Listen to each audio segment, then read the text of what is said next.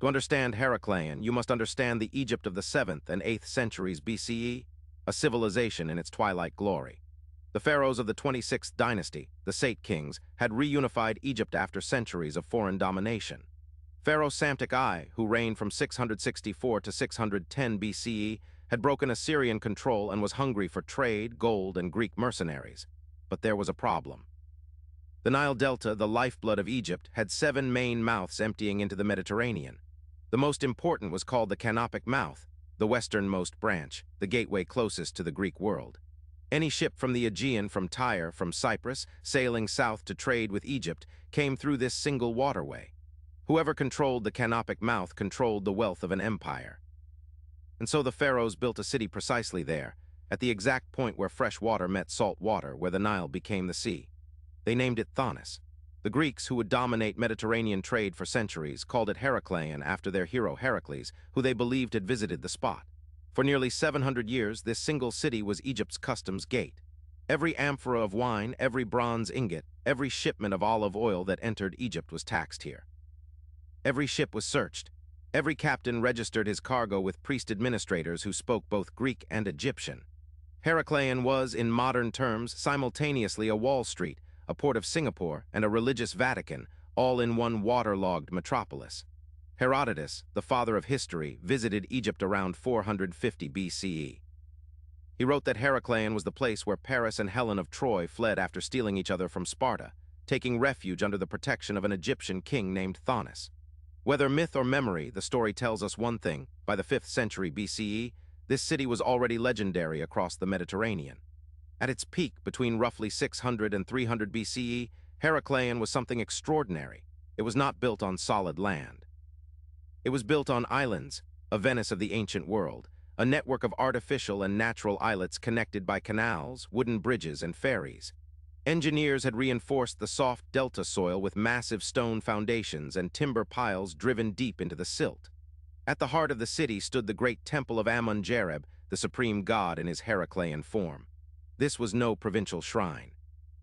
It was here, in this temple, that every new pharaoh had to come to receive divine confirmation of his right to rule.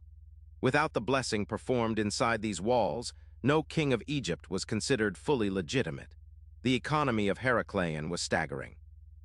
Customs records, preserved on a granite stele commissioned by Pharaoh Nectanebo I in 380 BCE, document how 10% of all imported Greek goods went directly into the temple treasury, while another 10% went to the royal house.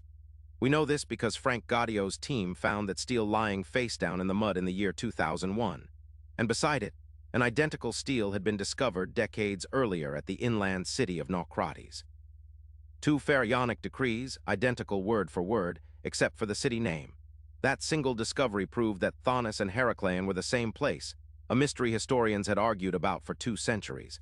The city's population is estimated to have reached 15,000 to 20,000 people at its peak. Wealthy merchant houses lined the canals. Greek dedications mingled with Egyptian hieroglyphs. Phoenician traders bargained beside Carian mercenaries. Archaeologists have so far pulled up 64 ancient shipwrecks from the harbor mud, the largest concentration of ancient ships ever found anywhere in the world. They have recovered over 700 anchors. They have raised colossal statues of Hapi, the god of Nile floods, more than 5 meters tall and weighing 6 tons. They have brought up gold coins from Athens, lead weights from Greek city-states, ceremonial bronze dishes used in temple rituals. Then in 332 BCE, Alexander the Great arrived in Egypt. He did not stop at Heraclean. He sailed past it west along the coast to a small fishing village called Rhakodes. There he founded a new capital, Alexandria, with a deeper harbor and a more defensible location.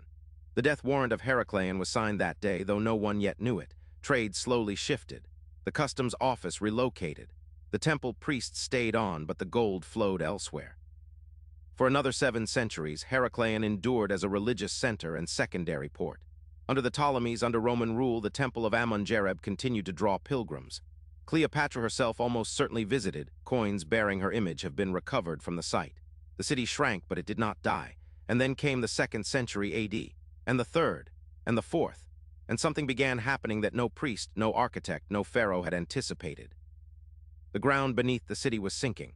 Modern geological surveys have revealed the cause. The Nile Delta sits on a thick layer of soft, water-saturated clay.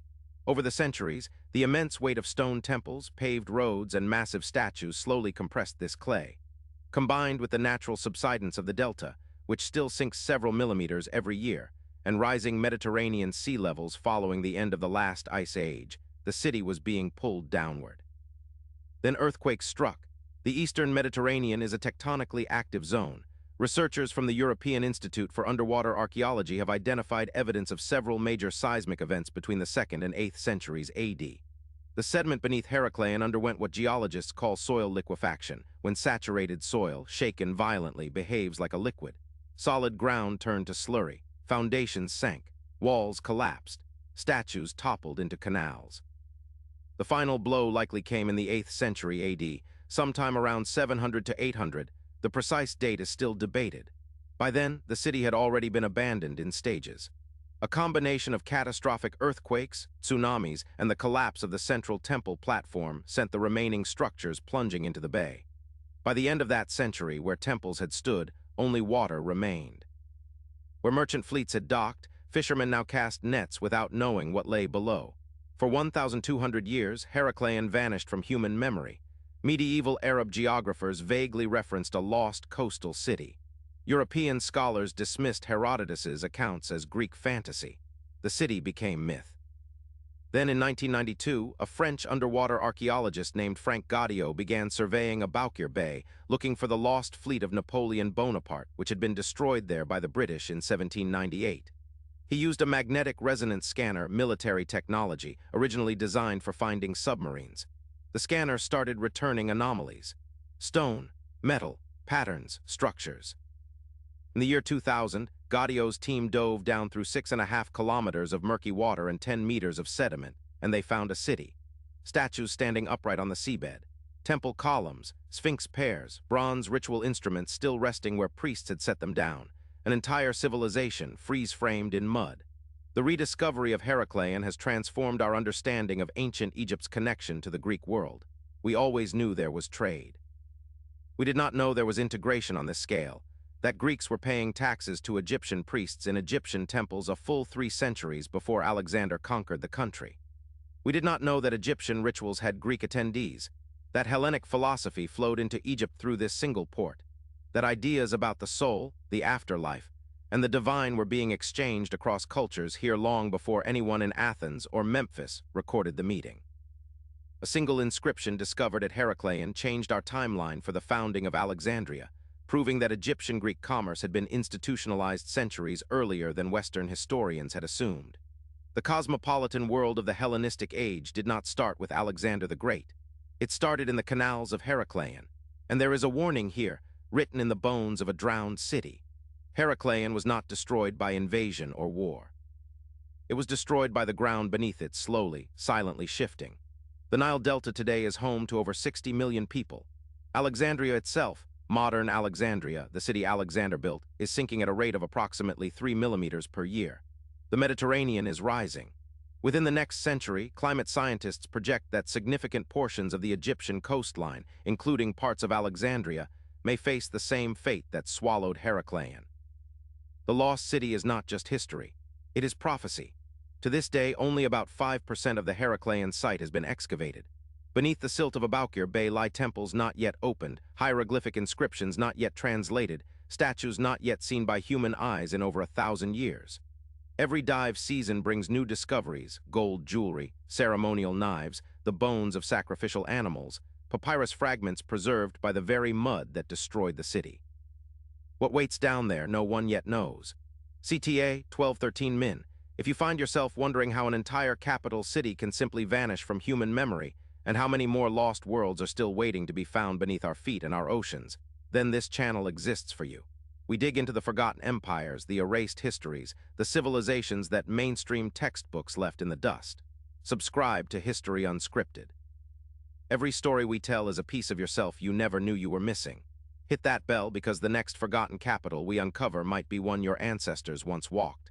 Outro 1315 Min. The people of Heracleion believed their city was eternal. They built their temples to last forever. They engraved their decrees in granite, expecting those words to be read 1,000 years hence.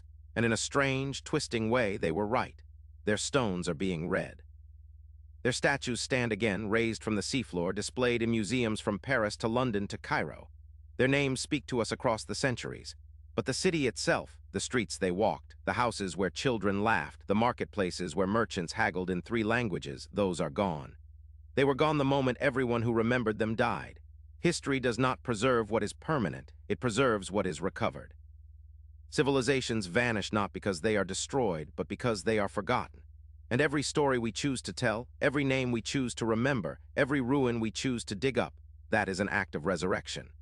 Heracleion lay silent under the Mediterranean for 1,200 years. Then one man went looking and brought a city back. What else is waiting, just beyond the edge of memory, for someone to find? For 1,200 years, an entire Egyptian capital city lay buried beneath the Mediterranean Sea, completely forgotten by history. Heracleion, also known as Thanis, was once Egypt's most important port and customs gateway, the place where every Greek ship had to register before entering the Nile. Pharaohs were crowned in its great temple of Amun-Jareb. Herodotus wrote about it. Helen of Troy supposedly fled there. Cleopatra walked its canals. And then, in the 8th century AD, a series of catastrophic earthquakes and soil liquefaction sent the entire city to the bottom of Aboukir Bay. Rediscovered in the year 2000 by French underwater archaeologist Frank Gaudio, the site is rewriting everything we know about ancient Egypt's connection to the Greek world. This is the complete story of the lost city of Heracleion, its rise, its fall, and the warning it carries for our own coastal civilizations today. 00, 00 hook 00, 15 intro 00, 45 the world before 03, 00 the rise of Heracleion 06, 00 the sinking 09, 00 the legacy and rediscovery 12, 00 subscribe 13, 00 what history teaches us ancient Egypt lost city archaeology Heracleion history mystery.